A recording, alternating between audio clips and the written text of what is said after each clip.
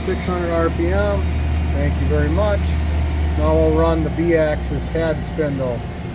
That's a 20,000 RPM spindle. Is that 4,600 max? I think so. Okay.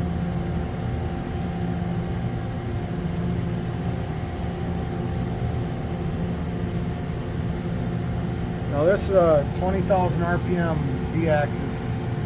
Yep. And we're running it up right now. It's at 10 and climbing.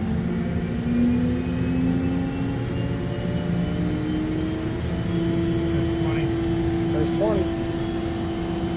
Okay, we'll do a walk around. Chip conveyor. Of course the bar feed's on the other end. We walk by that. L&S.